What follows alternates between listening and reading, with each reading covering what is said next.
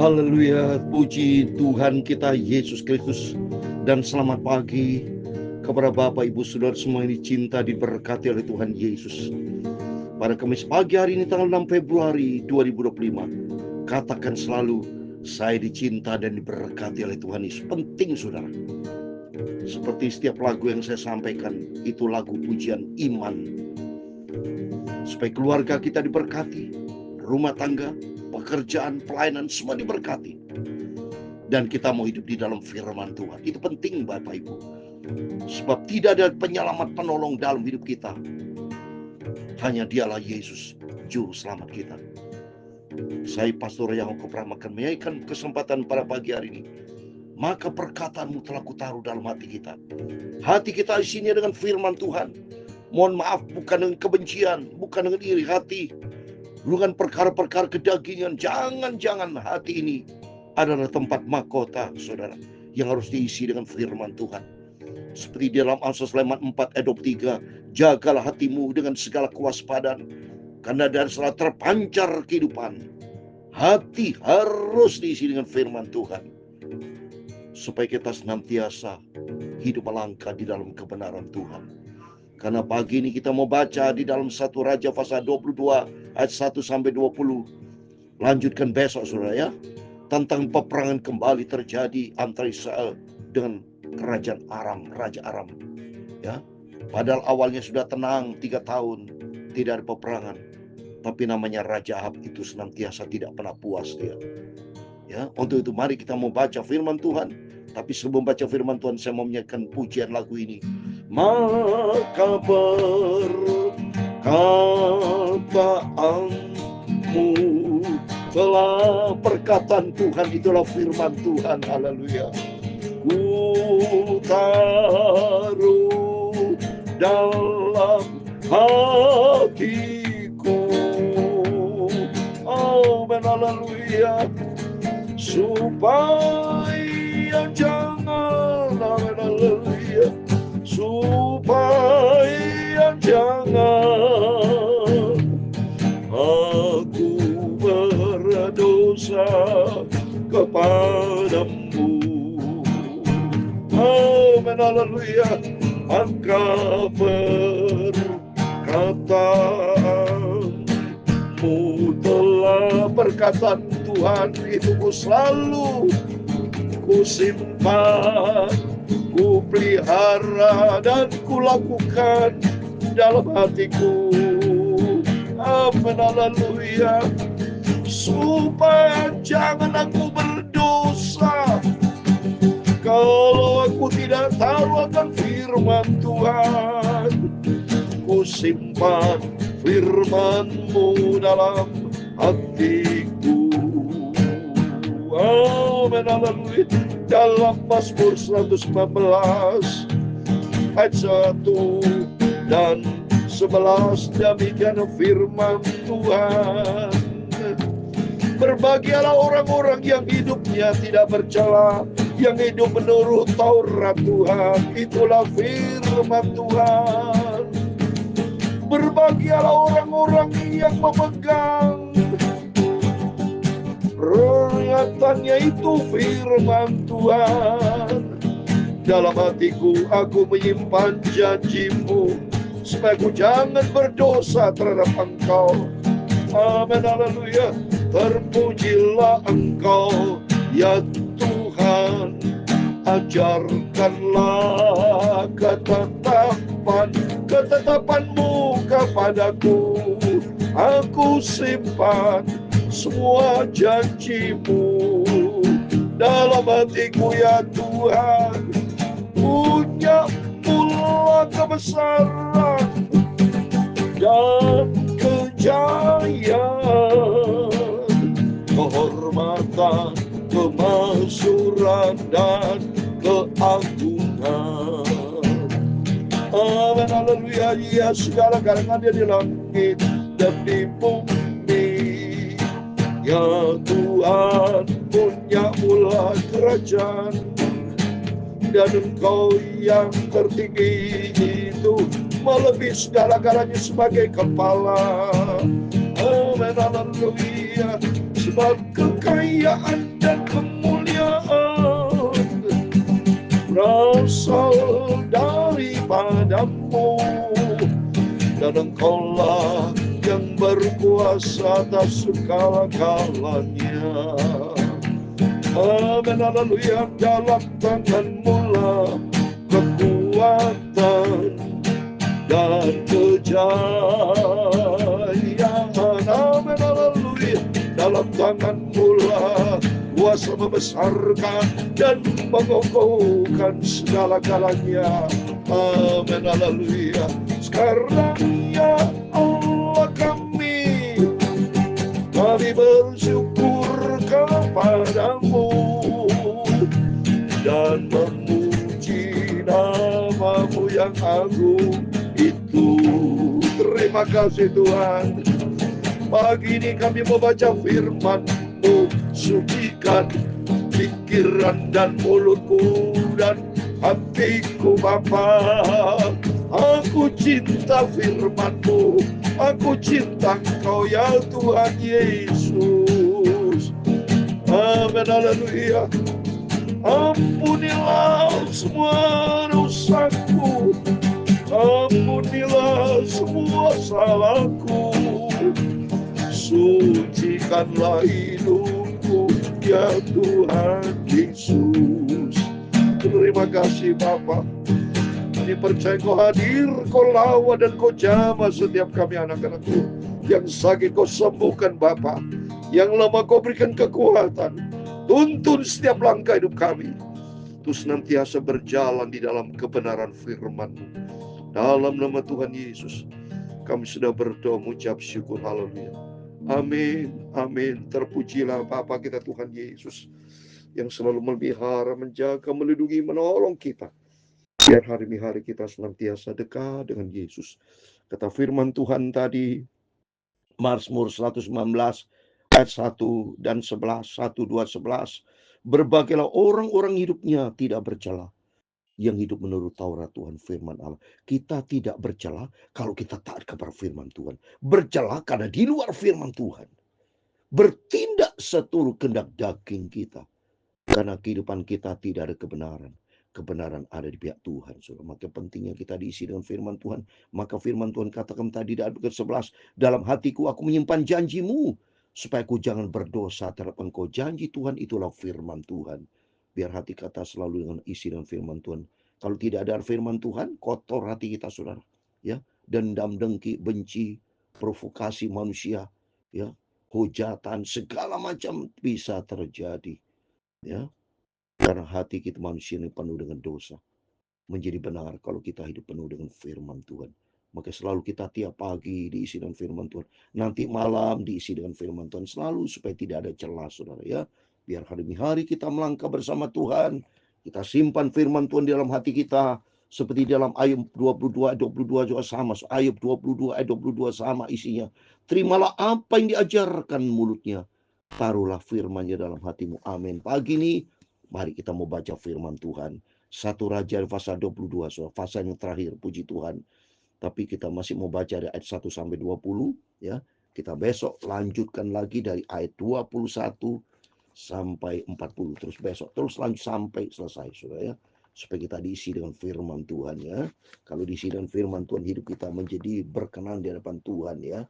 Karena itulah yang dikehendaki Tuhan. Mari kita mau baca 1 Raja pasal 22. Ahab memerangi Ramot Gilead. Nabi Tuhan berhadapan dengan nabi-nabi palsu. Oh, nabi ya banyak namanya hidupnya kalau tidak dalam firman Tuhan penuh dengan kepalsuan, saudara. Inilah dunia. Supaya kita bisa baca firman Allah biar tahu ini Tuhan buka melalui firman Tuhan. Bagaimana kita meresponi kalau kita sudah baca firman Tuhan. Menjadi cermin buat kita. Kita ada di mana? Apa di pihaknya Tuhan atau di pihaknya manusia? Mari kita baca. Ayat yang pertama, 1 Raja pasal 22. 3 tahun lamanya orang tinggal aman dengan tidak ada perang antara Aram dan Israel. Coba kalau ada damai sejahtera karena ada Tuhan. Tuhan itu begitu baik. Kemarin kan saya nyanyikan Tuhan selalu ampuni. Karena Raja Ahab kan jahat, saudara ya. Bunuh waktu Nabot itu punya kebun anggur dibunuh bersama si Isabel ya. Tapi sebetulnya Tuhan itu marah akan dihukum. Tapi begitu dia bertobat minta ampun sama Tuhan, dia merendahkan diri depan Tuhan, langsung Tuhan ampun. Itulah sifat Tuhan. Ya, seperti Niniwe lagi, Yunus itu kan setelah dihukum Tuhan, tapi kan dia bertobat, tapi Yunus ngambek kan saudara. Jadi Tuhan itu penuh dengan cinta kasih. Setiap kita kalau jatuh dalam dosa, tapi jangan kita mempermainkan Tuhan, itu beda konteksnya ya. Jadi kalau kita berdosa sama Tuhan, minta ampun, sadar, bertobat, asal bertobat cintanya. Bertobat, jangan main dosa. Beda sama Ahab. Ahab ini sudah berdosa, minta ampun sama Tuhan, ampuni, tapi jahat kembali. Mari kita baca saudara ya, supaya kita betul mengerti akan firman Tuhan, supaya kita jangan hidup ngawur seperti Raja Ahab ngawur. Masa menggunakan nabi-nabi palsu, berarti Tuhan tidak berkenan saudara. Kalau Tuhan sudah menikmati kebaikan berkat Tuhan, ayo bertobat, berjalan jalan lurusnya Tuhan. Jangan nyerong lagi saudara, jangan main-main dengan dosa. Lihat ini Raja Ahab ya, dibikin sama Tuhan aman selama 3 tahun ya. Tapi berikutnya mari kita lihat. Pada tahun yang ketiga pergilah Yosafat Raja Yuda kepada Raja Israel. Berkatalah Raja Israel kepada pegawai-pegawainya, tahukah kamu Ramot Gilead sebenarnya milik kita, tapi kita tinggal diam saja dan tidak merebutnya dari tangan Raja Negeri Aram. Nah ini lihat saudara, mulai merasa iri hati, punya rasa serakah. Ini Raja ini. Dia bicara kepada yang lain, kepada pegawai-pegawainya. Tuh lihat itu, Ramot Gilead sebetulnya milik kita. Ayo kita berperang. Coba nih saudara. Ya, itu merebutnya dari tangan Raja Negeri Aram. Ya. Lalu katanya kepada Yosafat, maukah engkau pergi bersama aku untuk memerangi Ramot Gilead? Jawab Yosafat kepada Raja Israel, kita sama-sama, aku dan engkau, rakyatku dan rakyatmu, kudaku dan kudamu. Yosafat ini Raja Israel bagian selatan, saudara ya. Nah, jadi kan saya udah katakan ya, Israel itu terpecah dari dua, utara dan selatan. Nah, utara waktu zaman yang sudah saya katakan setelah Raja Salomo, anaknya namanya Rehabeam. Ya. Yerobeam itu murid kesayangan Salomo, tapi dia pintar, tangkas saudara. Ya, jadi pada waktu bicara dia dengar Rehabeam menjadi raja, wah ini yang seperti cerita yang lalu saudara ya. Wah Yerobeam, wah nggak suka saudara. Akhirnya ya sudah terjadilah kerajaan selatan itu dipimpin oleh Rehabeam. Saat ini selatan ini Raja Yosafat saudara ya. Jadi Yerobeam bagian utara sudah mati. Saat ini keturunan yaitu Ahab. Saat ini Raja Ahab ini Israel bagian utara. Ibu kota Samaria. Kalau Israel bagian selatan, ibu kota Yerusalem. Jadi saudara bisa tahu ya bedanya. Israel tadinya Israel awalnya itu tidak pecah. Waktu zaman Raja Saul, Raja Daud tidak pecah. Ya, tapi oleh karena manusia sudah jatuh dalam dosa, itulah manusia yang membuat semua dunia itu hancur gara-gara manusia. Kalau mau diatur sama Tuhan penuh dengan damai sejahtera. Mari kita lihat sini. Raja Ahab dia tidak puas, dia ngajak Raja Yosafat. Jadi utara dan selatan ya. Raja Israel utara mengajak Yosafat bagian selatan. Ayo, dua-duanya mau engkau pergi bersama aku untuk memerangi Ramot Gilead. Terus jawab Yosafat kepada Raja Israel, kita sama-sama ya, sama-sama rakyatmu rakyatku. Yosafat itu baik ya. Jadi mau berperang ya bersama-sama. Tapi Yosafat berkata kepada Israel, baiklah tanyakan dahulu firman Tuhan. Nah beda saudara, rohaninya beda. Antara Raja Ahab dengan Raja Yosafat sama. Gereja Tuhan dibagi dua. Gereja Tuhan yang ada domba, gereja Tuhan jadi kambing. Ya. Gereja Tuhan 5 garis yang bodoh, 5 garis yang bijaksana. Mari kita mau jadi anak-anak Tuhan yang mengandalkan Tuhan. Raja Israel, Raja Yosafat bagian selatan. Dia minta pada waktu diajak Raja, ayo kita perang lawan Ramot Gilead, Raja Aram. Tapi Raja Yosafat bilang, ayo kita tanya sama Tuhan. Nah, beda. Jadi Raja Yosafat andalkan Tuhan, dia cinta Tuhan. Tapi Raja beda. Coba kita lihat ya. Raja ini beda. Lihat 6. Lalu Raja Israel. Nah, Raja Israel dan Raja Ahab ya. Israel karena mayoritas. Mungkin disebut Raja Israel karena mayoritas. 10 suku sama dia. Mengumpulkan para nabi. Kira-kira 400 orang banyaknya. Kemudian bertanyalah ia kepada mereka. Apakah aku boleh pergi berperang lawan Ramot Gilead? Atau aku membatalkannya? Jawab mereka, majulah. Tuhan menyerahkannya ke dalam tangan raja. Ini beda saudara ya. Jadi arti gini. Kalau Raja Israel, Raja Ahab itu Ini kan Yosafat bilang tadi, ayo tanya dulu firman Tuhan. Jadi hatinya bersih, tulus, tanya kepada Tuhan. Tapi Raja Ahab gunakan 400 nabi ini. Tapi nabi ini sebetulnya nabi palsu, tidak benar. Dia pura-pura pakai nama Tuhan, tapi hidupnya tidak berkenan sama Tuhan. Banyak orang Kristen penuh dengan kepalsuan, pakai nama Tuhan, Tuhan Kristen, tapi hidupnya tidak bersih, hidupnya tidak takut akan Tuhan. Berlaku di dalam Matius pasal 7, 21 sampai 23. Bukankah orang bersuara aku Tuhan, Tuhan, masuk dalam kerajaan surga? Itu bagi orang Kristen palsu, mulutnya seperti siapa yang dia palsu? Yudas Iskariot, dia dipanggil sama Tuhan, murid Tuhan, tapi hidupnya mengkhianati Tuhan. Banyak orang Kristen. Pokoknya orang Kristen yang hidupnya tidak taat kepada firman Tuhan, para hamba Tuhan, jangan jadi tidak taat kepada firman Tuhan. Banyak, saya terima video viral, ada hamba Tuhan udah MTH lagi ya, udah master tapi hidupnya masa mukul-mukul istri, dia berselingkuh lagi. Waduh, sudah nggak jadi berkat. Itulah orang Kristen seperti ini, seperti Raja Ahab. Ya pura-pura, itu majulah Tuhan akan menyerahkannya ke dalam tangan. Bohong, saudara. Mari kita baca. Tapi Yosafat bertanya, tidak ada lagi di sini seorang nabi Tuhan supaya dengan perantaran kita dapat meminta petunjuk. Ini Raja Yosafat punya kepekaan. Tidak langsung percaya kepada para nabi. Dia bilang, apakah ada nabi lain nggak? Coba tanya kepada Raja. Terus apa jawab Raja Israel? Jawab Raja ayat 8 kepada Yosafat. Masih ada seorang lagi yang dengan perantaranya dapat diminta petunjuk Tuhan. Tapi aku membenci dia sebab tidak pernah ia menubuatkan yang baik tentang aku, melainkan malapetaka. Orang itu ialah Mika bin Yimlah. Kata Yosafat, janganlah raja berkata demikian. Ya, coba. Ternyata Yosafat itu baik. Dia punya kepekaan. Coba ada lagi enggak nabi lain? Terus ternyata ada satu nabi namanya Mika. Ya, tapi tidak disuka oleh Raja Ahab. Karena tidak selaras dengan Raja. Karena dia tidak mendengar teguran yang benar dari Tuhan. Tapi ikutin raja nabi-nabi palsu tadi 400 yang mengenakan kedagingan, saudara. Terus berikutnya kita baca. Kemudian Raja Israel memanggil seorang pegawai istana. Katanya, jemputlah Mika bin Yimlah dengan segera. Sementara Raja Israel dan Yosafat Raja Yehuda duduk masing-masing di atas tahtanya dengan pakaian kebesaran di suatu tempat pengirikan di depan pintu gerbang Samaria. Sedang semua nabi itu bernubuat di depan. Ini 400 nabi bernubuat di depan Raja Yosafat, di depan Raja Israel itu. Raja bernubuat dia 400 itu. Apa nubuatnya? Mari kita baca ayat 11.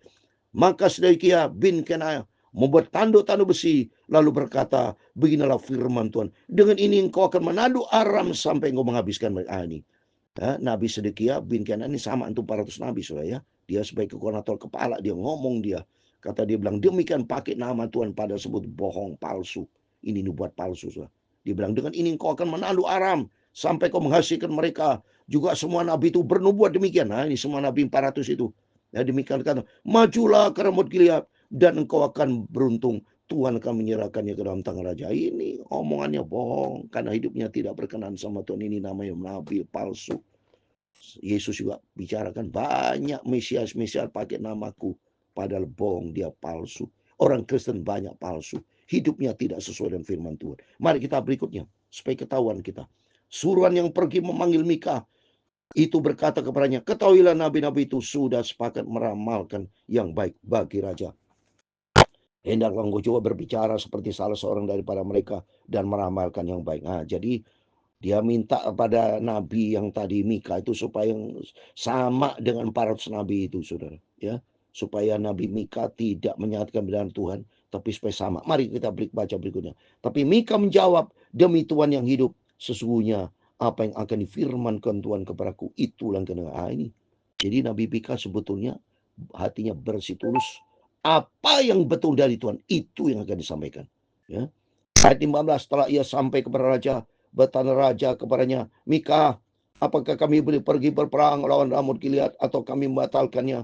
Jawabnya kepadanya, majulah dan engkau akan beruntung, sebab Tuhan akan menyerahkan ke dalam tangan raja. Tapi raja berkata kepadanya, sampai berapa kali aku menyuruh engkau bersumpah, supaya engkau mengatakan kepadaku tidak lain dari kebenaran demi nama Tuhan. Nah, jadi raja tidak puas, saudara ya. Karena memang Nabi Mika lihatkan suhu sama. Kalau suhu sama, ya sudah maju perang. Tapi Raja Ahab bilang, ayo ngomong yang sebenarnya dari Tuhan. Terus apa berikut? Mari. Lalu jawabnya, telah kulihat seluruh Israel bercerai bercerai-berai di gunung-gunung seperti domba-domba yang tidak punya gembala. Sebab itu Tuhan berfirman, mereka ini tidak punya Tuhan. Baiklah masing-masing pulang ke rumahnya dengan selamat. Kemudian Raja Israel berkata kepada Yosafat, bukankah telah kukatakan kepadamu, tidak pernah ia menubuatkan yang baik tentang aku, melainkan hanya malapetaka. Nah ini tidak suka.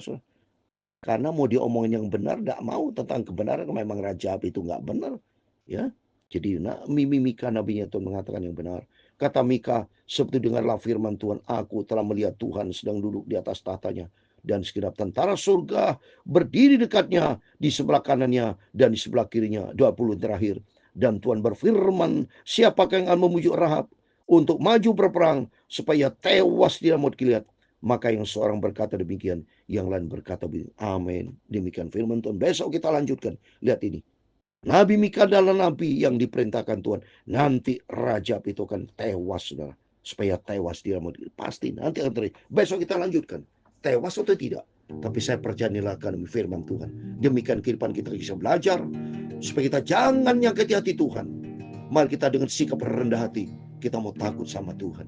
Hidup penuh dengan peperangan. Firman Tuhan pagi ini bicara tentang peperangan. Kita tidak pernah berhenti berperang. Tapi ingatlah dalam setiap peperangan dalam hidup ini, mari andalkan Tuhan. Percaya kepada firman Tuhan. Bukan percaya dengan nabi palsu. Bukan percaya kepada kedagingan. Tapi percayalah kepada Tuhan. Biar hati yang bersih, hati yang tulus, itu yang diberkati sama Tuhan. Baca Mazmur 7:3-1. Tuhan itu baik kepada orang yang bersih hatinya, tulus hatinya. Karena orang yang bersih tulus hatinya mengandalkan Tuhan. Dalam nama Tuhan Yesus, berkat damai sejahtera itu menyertai kita. Asal kita berpegang kepada perintah Tuhan, yaitu sesuai dengan pujian ini.